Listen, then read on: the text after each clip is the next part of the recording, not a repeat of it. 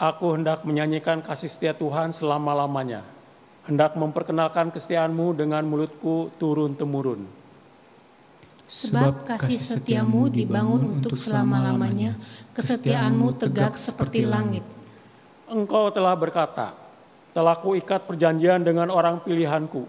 Aku telah bersumpah kepada Daud, hambaku. Untuk selama-lamanya aku hendak menegakkan anak cucumu dan membangun tahtamu turun-temurun. Berbahagialah bangsa yang tahu bersorak-sorai, ya Tuhan. Mereka hidup dalam cahaya wajah-Mu.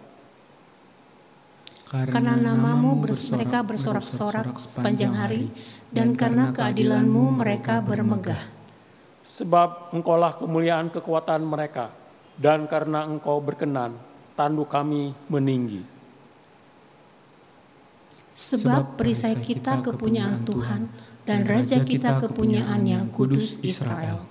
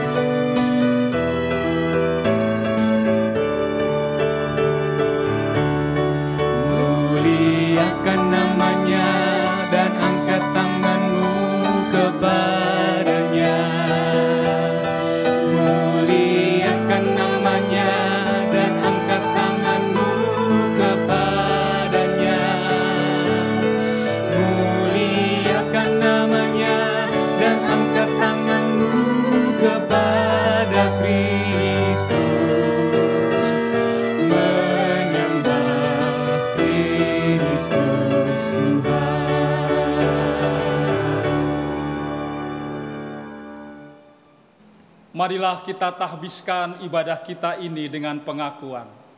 Pertolongan kita adalah di dalam nama Tuhan yang menciptakan langit dan bumi, Allah yang kasih setianya kekal selama-lamanya.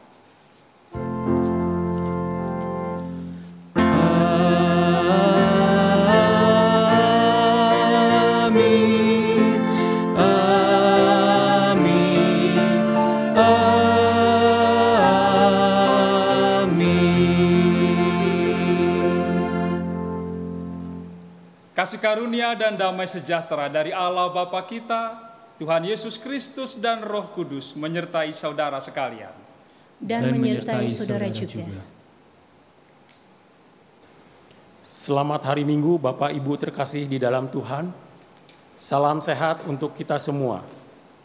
Bapak Ibu dan saudara-saudariku, pada minggu ini kita akan bersama beribadah dengan opa oma yang ada di Panti Werdahana. Salam sukacita kami Jemaat GKI Layur dan Bajem Grand Wisata. Bisa beribadah bersama dengan opa, oma meskipun melalui ibadah online ini. Pada minggu ini kita akan bersama-sama merenungkan firman Tuhan dengan tema memahami yang dipikirkan Allah. Adapun tujuan dari perenungan firman yaitu 1. Kita mengetahui apa yang menjadi kehendak Allah untuk dilakukan dalam kehidupan beriman. 2. Kita menghayati bahwa memahami pikiran Allah adalah sebuah proses yang harus terjadi dalam sepanjang kehidupan. Ketiga, kita mewujudkan kehendak Allah untuk hidup dalam kasih.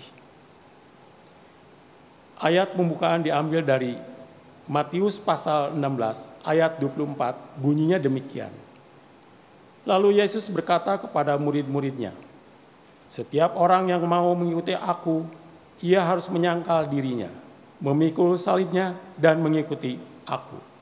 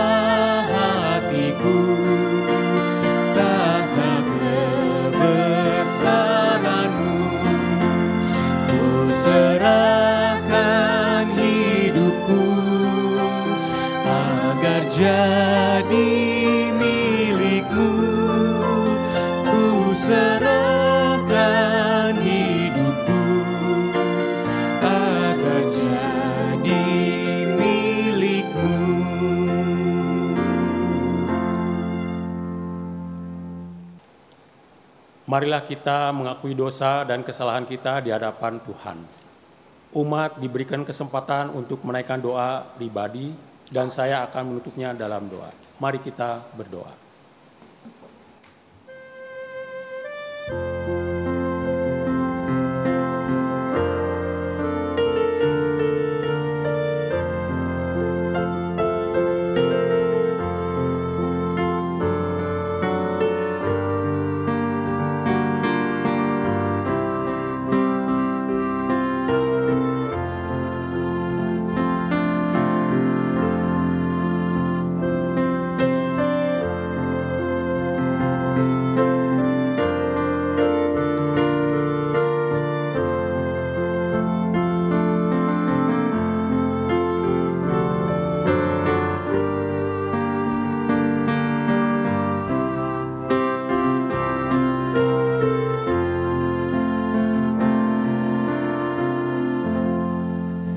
Ya Allah, inilah doa permohonan kami, ampuni kami ya Tuhan.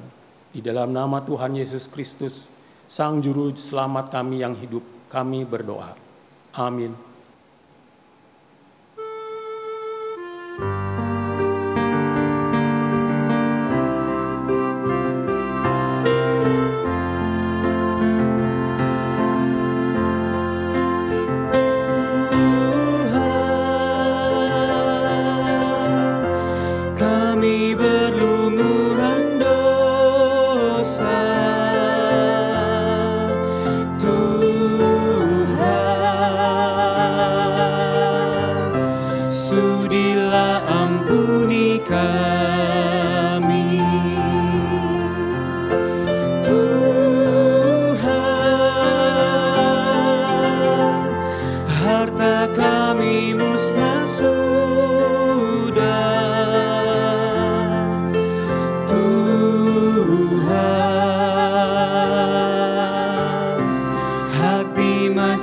milik kami.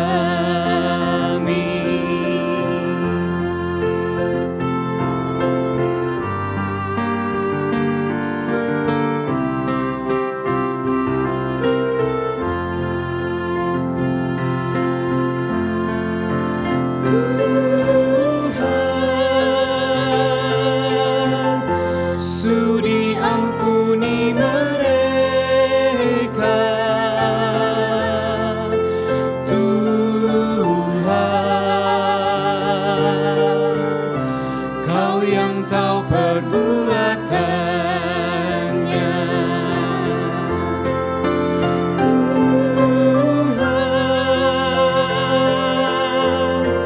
kami berlumuran dosa.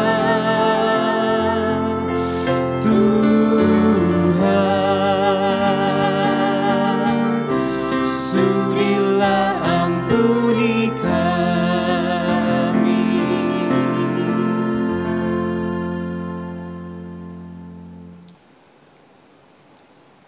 Bagi setiap kita yang sudah meminta pengampunan dosa kepada Tuhan dan percaya sudah diampuninya, saat ini terimalah berita anugerah dari Tuhan yang diambil dari Yesaya pasal 12 ayat 1-3 yang bunyinya demikian. Pada waktu itu engkau akan berkata, Aku mau bersyukur kepadamu ya Tuhan, karena sungguh pun engkau telah murka terhadap aku.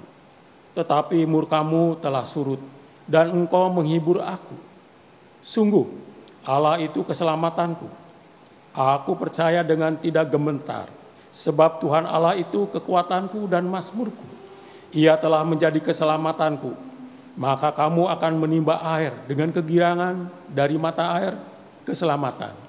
Demikianlah berita anugerah dari Tuhan. Syukur kepada Allah.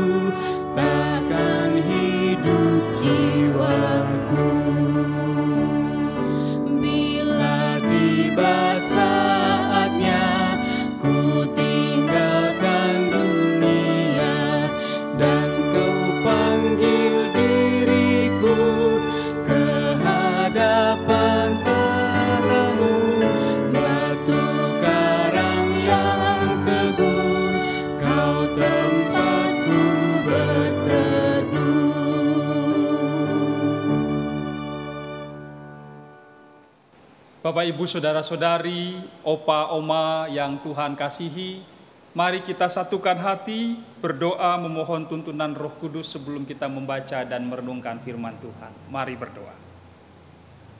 Ya Allah, kami telah mengarahkan diri kami kepadamu, hendak menyambut firman-Mu. Kami memohon Roh Kudus menuntun kami sekalian, agar kami tidak hanya cakap sebagai pendengar firman, tetapi kami juga menjadi pelaku-pelaku firman yang setia. Tolonglah kami semua, ya Allah, ke dalam tangan kasih-Mu kami berserah diri. Di dalam nama Tuhan Yesus Kristus, kami memohon tuntunan Roh Kudus. Amin.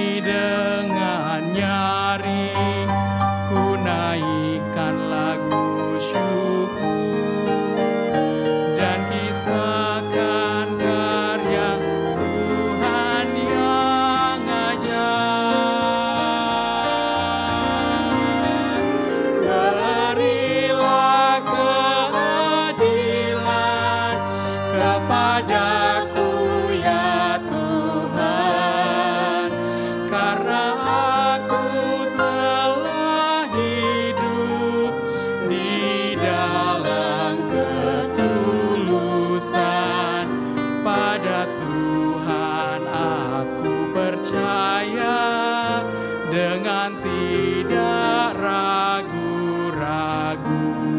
Tuhan, ku cinta rumah-Mu sampai kemuliaan-Mu.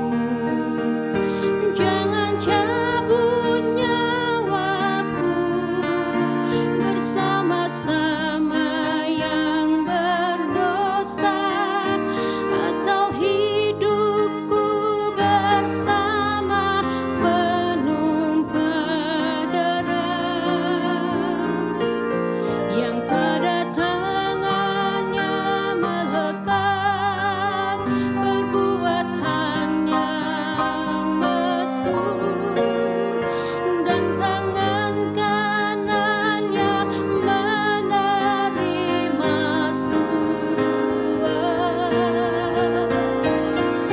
Berilah keadilan kepadaku ya Tuhan, karena aku telah hidup di dalam ketulusan.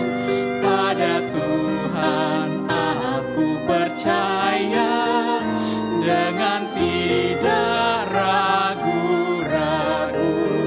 Tetapi ku ini hidup di dalam ketulusan. Bebaskanlah aku dan kasihani aku.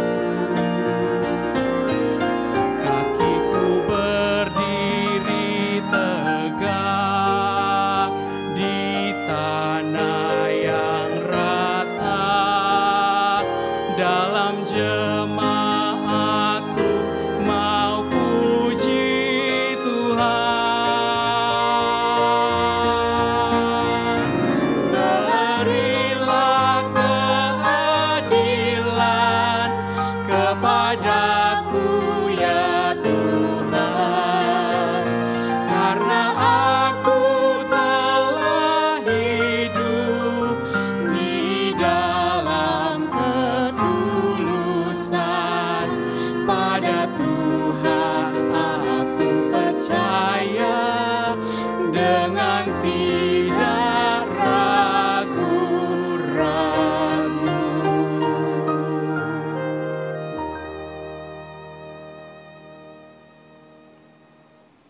Pembacaan Injil diambil dari Injil Tuhan Yesus Kristus menurut Matius, pasal 16, ayat 21 sampai ayat 28. Injil menurut Matius pasal 16 ayat 21 sampai 28. Sejak waktu itu Yesus mulai menyatakan kepada murid-muridnya bahwa ia harus pergi ke Yerusalem dan menanggung banyak penderitaan dari pihak tua-tua, imam-imam kepala dan ahli-ahli Taurat, lalu dibunuh dan dibangkitkan pada hari ketiga. Tetapi Petrus menarik Yesus ke samping dan menegur dia, katanya, "Tuhan, kiranya Allah menjauhkan hal itu sekali-kali takkan menimpa engkau." Maka Yesus berpaling dan berkata kepada Petrus, "Enyahlah iblis, engkau suatu batu sandungan bagiku, sebab engkau bukan memikirkan apa yang dipikirkan Allah, melainkan apa yang dipikirkan manusia." Lalu Yesus berkata kepada murid-muridnya, "Setiap orang yang mau mengikut aku, ia harus menyangkal dirinya, memikul salibnya, dan mengikut aku. Karena barang siapa mau menyelamatkan nyawanya, ia akan kehilangan nyawanya. Tetapi barang siapa kehilangan nyawanya karena aku, ia akan memperolehnya. Apa gunanya seorang memperoleh seluruh dunia tetapi kehilangan nyawanya? Dan apakah yang dapat diberikannya sebagai ganti nyawanya? Sebab Anak Manusia akan datang dalam kemuliaan Bapanya diiringi malaikat-malaikatnya. Pada waktu itu, ia akan membalas setiap orang menurut perbuatannya. Aku berkata kepadamu, sesungguhnya di antara orang yang hadir di sini ada yang tidak akan mati sebelum mereka melihat Anak Manusia datang sebagai Raja dalam kerajaannya. Demikian Injil Tuhan Yesus Kristus. Yang berbahagia adalah setiap orang yang mendengar firman Allah dan memeliharanya. Haleluya. Haleluya, haleluya, haleluya.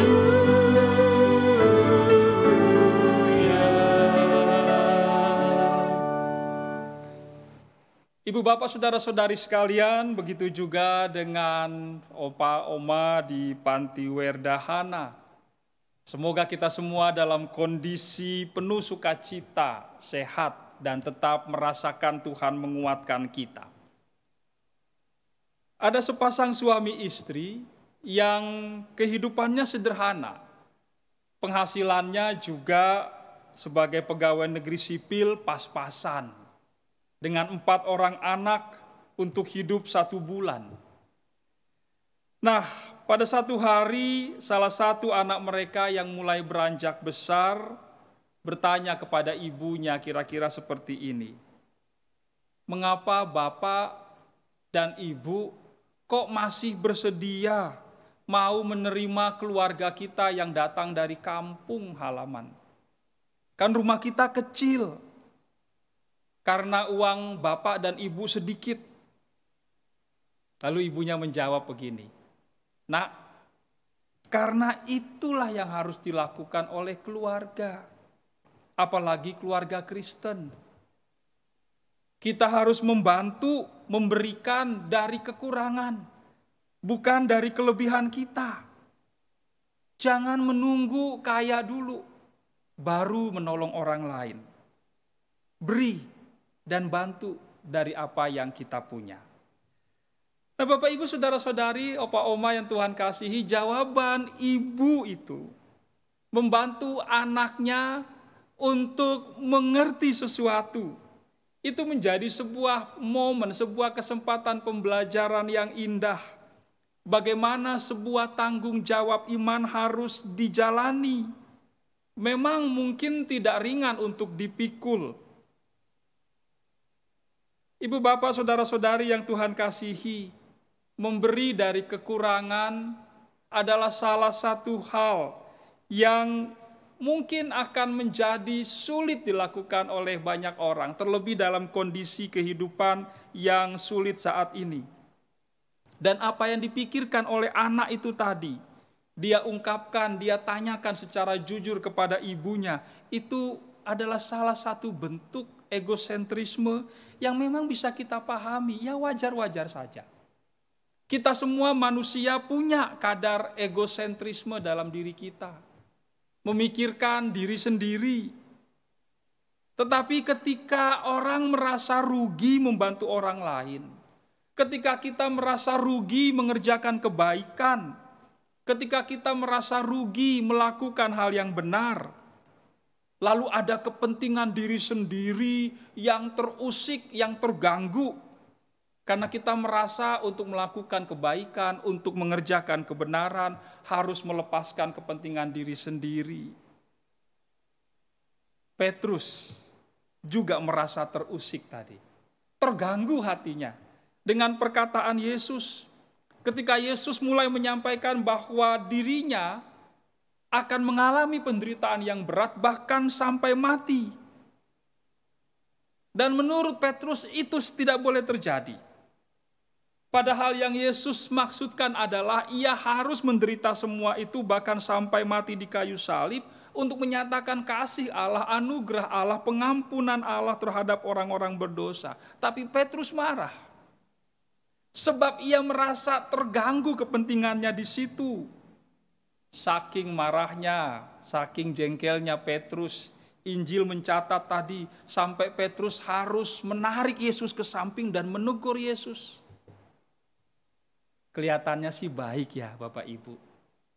Hal itu sekali-kali tidak akan menimpa engkau. Wah gitu. Tapi ada motif tersembunyi, ada udang di balik batu. Kenapa Petrus mengatakan begitu? Petrus tidak ingin Yesus celaka. Petrus ingin Yesus berhasil menunjukkan kuasanya, kekuatannya terhadap Romawi. Dan mengalahkan semua lawan-lawannya, lalu menjadi raja. Dan kalau Yesus menjadi raja, maka kerajaan Israel akan dibangun sangat kuat. Bahkan lebih kuat dari zaman Daud dan Salomo. Itu kira-kira harapan Petrus. Dan kalau Yesus menjadi raja, maka Petrus pasti akan menjadi orang tangan kanannya Yesus. Karena itu Petrus yang mengaku engkau adalah Mesias, anak Allah yang maha tinggi. Kita bisa baca itu di dalam Matius 16 ayat 16. Belum lama Petrus mengaku itu ketika Yesus bertanya kepada murid-muridnya, lalu menurut kalian siapakah aku ini? Dan Petrus menjawab dengan sangat gagah, engkau adalah Mesias, anak Allah yang maha tinggi. Karena itu Mesias tidak boleh menderita. Karena engkau anak Allah yang maha tinggi, engkau tidak boleh kalah di atas kayu salib. Engkau harus menghancurkan lawan-lawanmu. Dan apa kata Yesus? Enyahlah engkau iblis. Engkau menjadi satu batu sandungan bagiku. Sebab engkau memikirkan apa yang dipikirkan manusia, bukan apa yang dipikirkan Allah. Apa yang Allah pikirkan? Hal yang Allah pikirkan dan kehendaki, itu dinyatakan oleh Yesus dengan penuh kesetiaan. Apa itu? Memberi dirinya, menjadi korban, menderita di atas kayu salib untuk menyatakan anugerah kasih pengampunan Allah bagi orang berdosa, bagi semua umat manusia, supaya dengan demikian hidup manusia dipulihkan. Yesus datang bukan untuk menghancurkan dan membinasakan orang berdosa, tetapi memulihkan lewat pengampunan, lewat cinta kasih, lewat pemberian diri. Inilah yang Allah pikirkan. Inilah kehendak Allah. Sementara dalam pikiran Petrus, Yesus harusnya menghancurkan semua lawan-lawannya. Menghancurkan Romawi supaya Israel tegak lagi menjadi kerajaan yang ditakuti. Inilah yang dipikirkan oleh manusia memang. Kebesaran diri sendiri, kejayaan kelompok sendiri, kepentingan diri sendiri. Mari, bagaimana kita mewujudkan hidup yang memahami apa yang dipikirkan Allah. Yesus mengajar murid-muridnya dan mengajar kita tentang 3 hal. Yang pertama, menyangkal diri. Ibu, bapak, opa, oma yang Tuhan kasihi, saudara-saudari sekalian. Menyangkal diri berarti menjauhkan kepentingan diri sendiri. Bukan berarti kita tidak boleh memikirkan kebutuhan-kebutuhan diri sendiri, tidak. Kita setiap orang punya kebutuhan masing-masing. Dan kita mesti memperhatikan kebutuhan diri kita, hidup kita. Tetapi ketika kita menjadikan kepentingan diri sendiri untuk memuaskan ambisi diri sendiri, itu kita jadikan sebagai dasar untuk melakukan semua hal yang kita perjuangkan. Nah, itu berarti kita menjadikan kepentingan diri sendiri segala-galanya. Sebaliknya, menyangkal diri berarti merelakan kepentingan diri sendiri supaya orang lain boleh merasakan kasih Tuhan. Merelakan kepentingan diri sendiri untuk menyatakan kasih Tuhan, kebaikan Tuhan bagi orang lain, bagi manusia dan sesama ciptaan lainnya. Itulah menyangkal diri. Misalnya, sebenarnya kan kita daripada capek-capek nolong orang ya, mending di rumah nonton televisi acara kesukaan kita. Ngapain harus keluar rumah membantu tetangga, membantu teman kita, apalagi dalam keadaan sekarang. Tetapi kita sadar, orang itu butuh bantuan, dan karena itu kita mau melepaskan kepentingan kita untuk berleha-leha di rumah, lalu pergi membantu orang di sekitar kita. Menyangkal diri. Dan kedua, kata Yesus, memikul salib.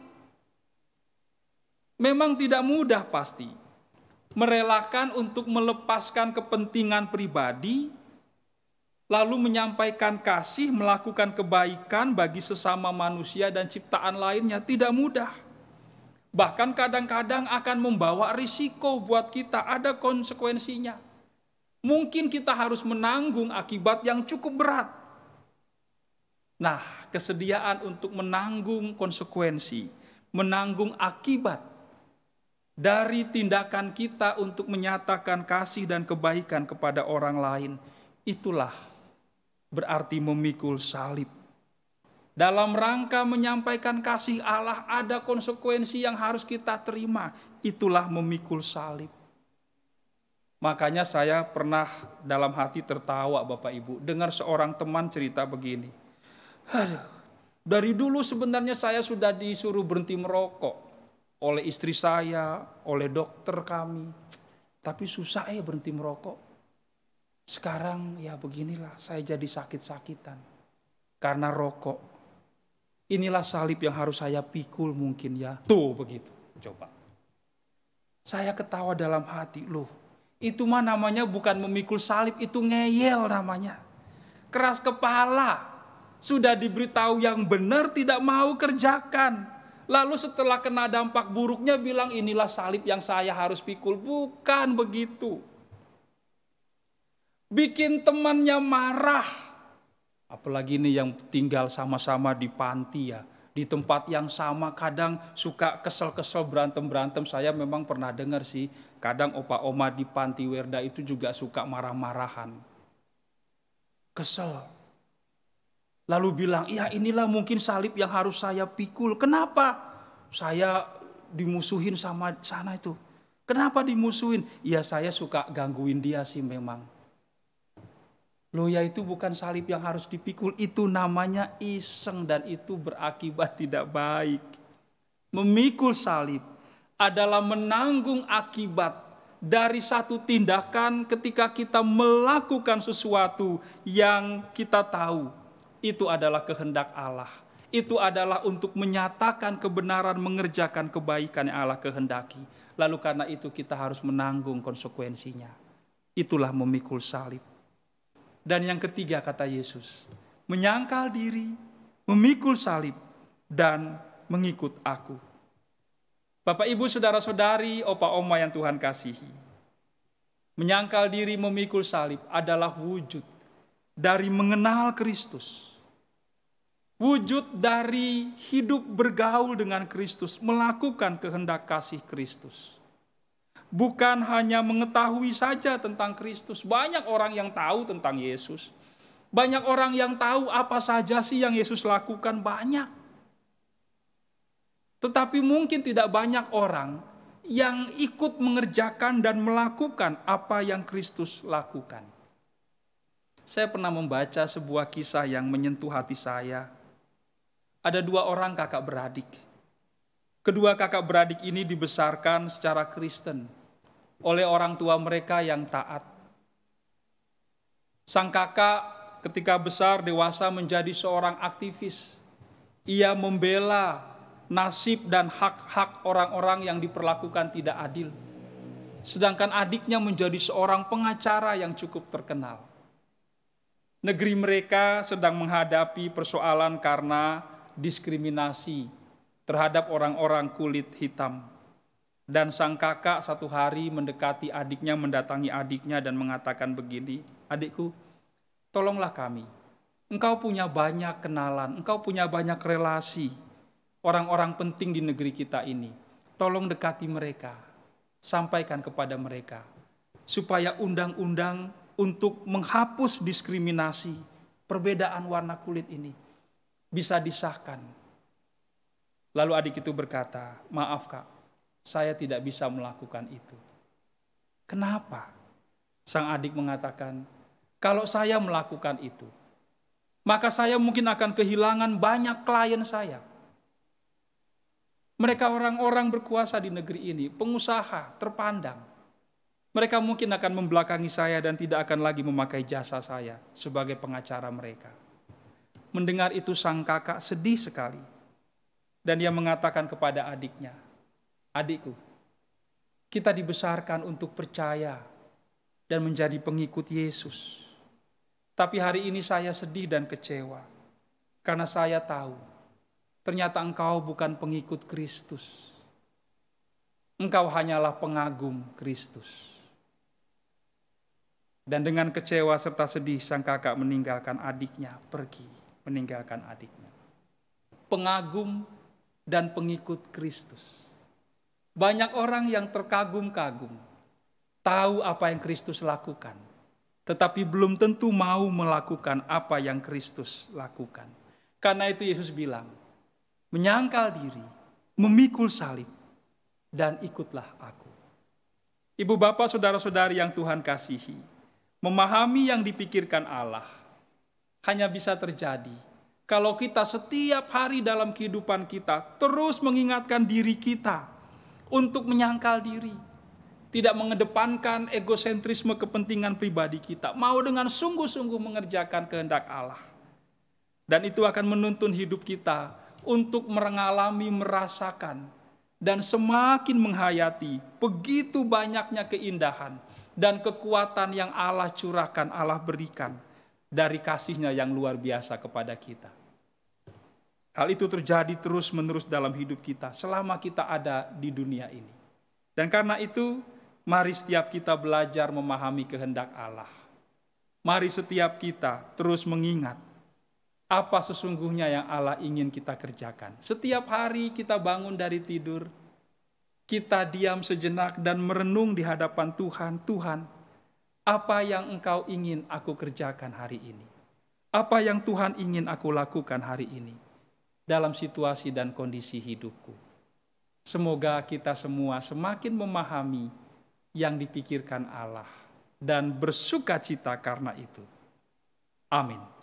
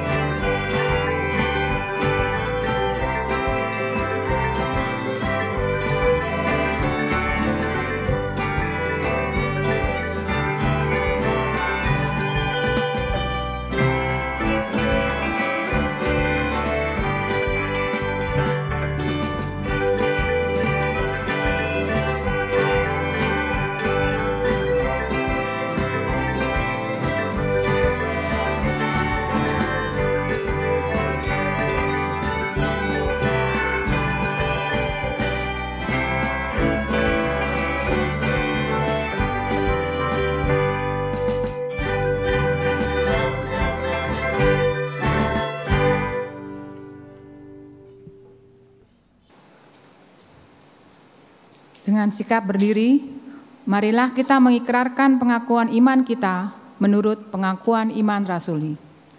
Aku percaya kepada Allah, Bapa yang Maha Kuasa, Khalik langit dan bumi, dan kepada Yesus Kristus, Anaknya yang tunggal Tuhan kita, yang dikandung dari Roh Kudus, lahir dari anak darah Maria, yang menderita sengsara di bawah pemerintahan Pontius Pilatus, disalibkan, mati dan dikuburkan, turun ke dalam kerajaan maut, dan pada hari yang ketiga bangkit pula dari antara orang mati, naik ke surga, duduk di sebelah kanan Allah, Bapa yang Maha Kuasa, dan dari sana Ia akan datang untuk menghakimi orang yang hidup dan yang mati. Aku percaya kepada Roh Kudus, gereja yang kudus dan am, persekutuan orang kudus, pengampunan dosa, kebangkitan orang mati, dan hidup yang kekal. Amin. Bapak, Ibu, Saudara-saudari yang Tuhan kasihi, mari kita satukan hati, kita naikkan doa syafaat kita berdoa. Allah Bapa yang Maha Kasih, di dalam kasih dan rahmat-Mu kami datang, membawa doa permohonan kami dengan hati yang bersyukur, karena kasih setia dan pemeliharaan-Mu atas hidup kami. Bapa, kami percaya Engkau terus menyertai kami melewati saat-saat yang sulit. Kami percaya Engkau membimbing kami dan memberikan kepada kami sukacita damai sejahtera dalam hidup kami hari-hari ini.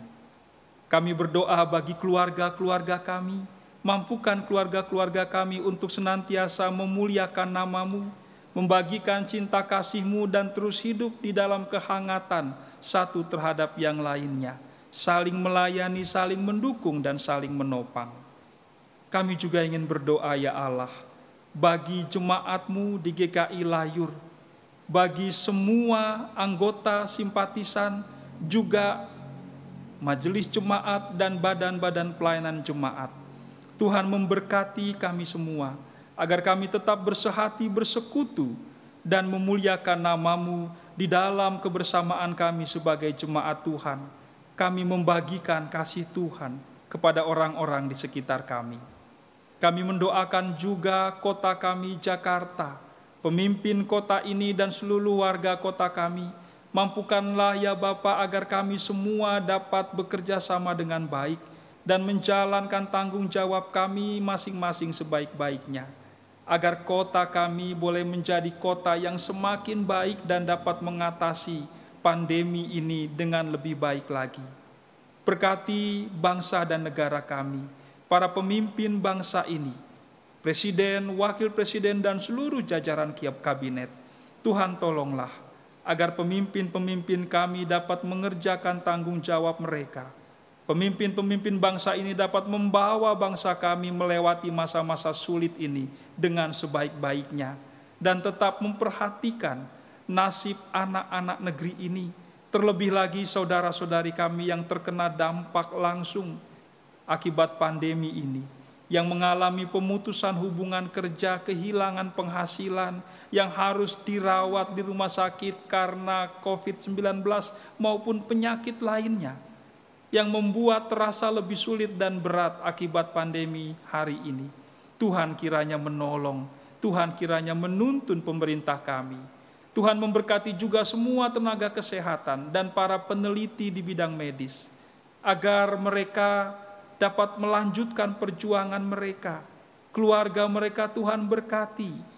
Penuh keprihatinan mereka menanti anggota keluarga mereka yang bertugas di rumah sakit.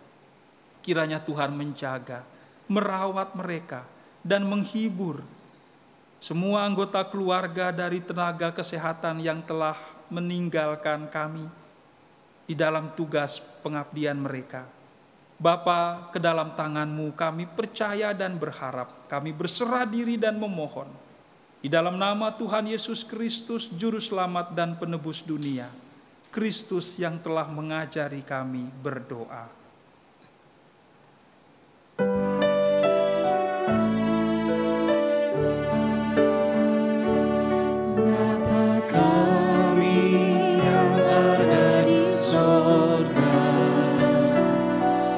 Dikuduskanlah nama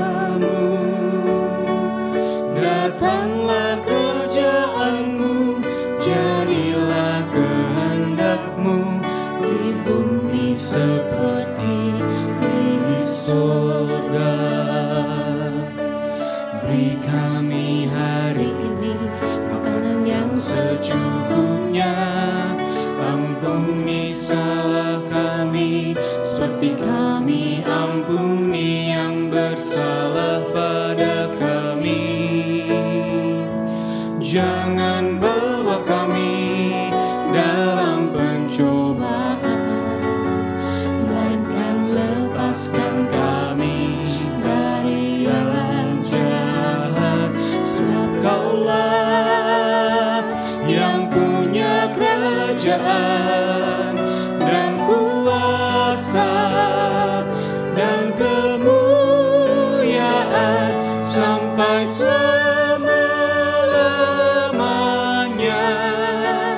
Amin, amin.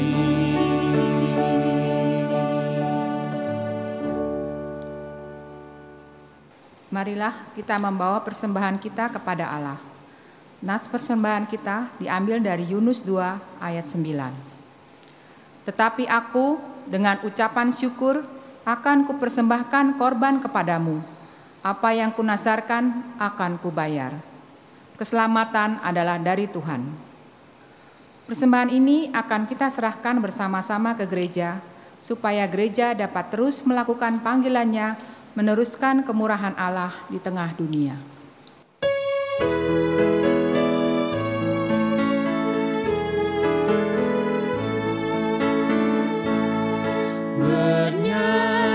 Bernyanyilah biduan muda-mudi penciptamu, hendaklah kami puji.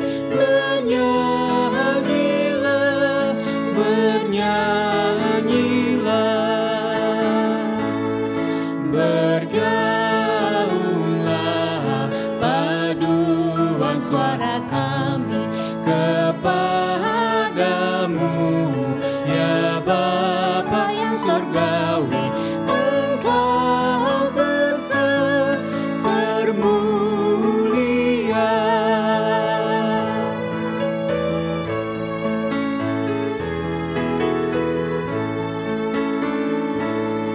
Penuh syukur ungkapan hati kami, tembang Mazmur selalu harus naik dengan merdu ke takhta-Mu.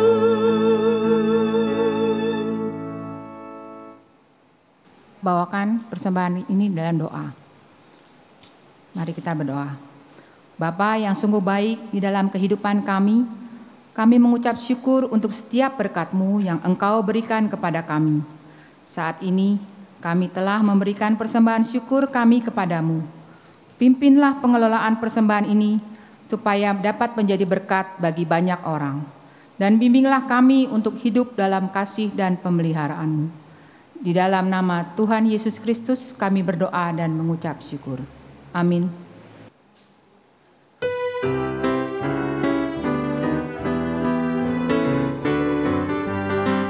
Besarlah untungku jika Yesus milikku, bersuka jiwaku karena damai yang penuh.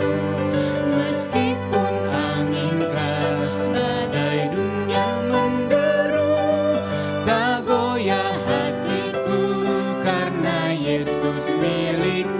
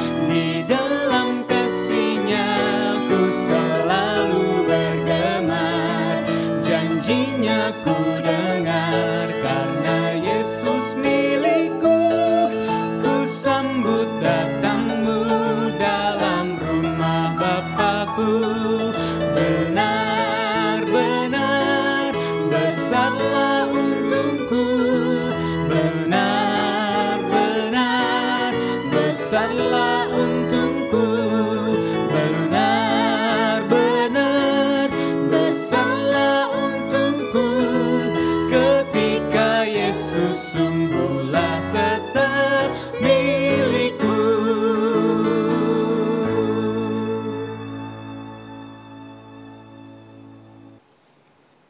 Jemaat yang Tuhan kasihi, kini arahkanlah hatimu kepada Tuhan. Kami mengarahkan hati kami kepada Tuhan. Jadilah saksi Kristus. Syukur kepada Allah, Terpujilah Tuhan. kini dan selamanya. Terimalah berkat dari Tuhan. Kasih karunia Tuhan Yesus Kristus dan kasih Allah dan persekutuan Roh Kudus menyertai kamu sekalian.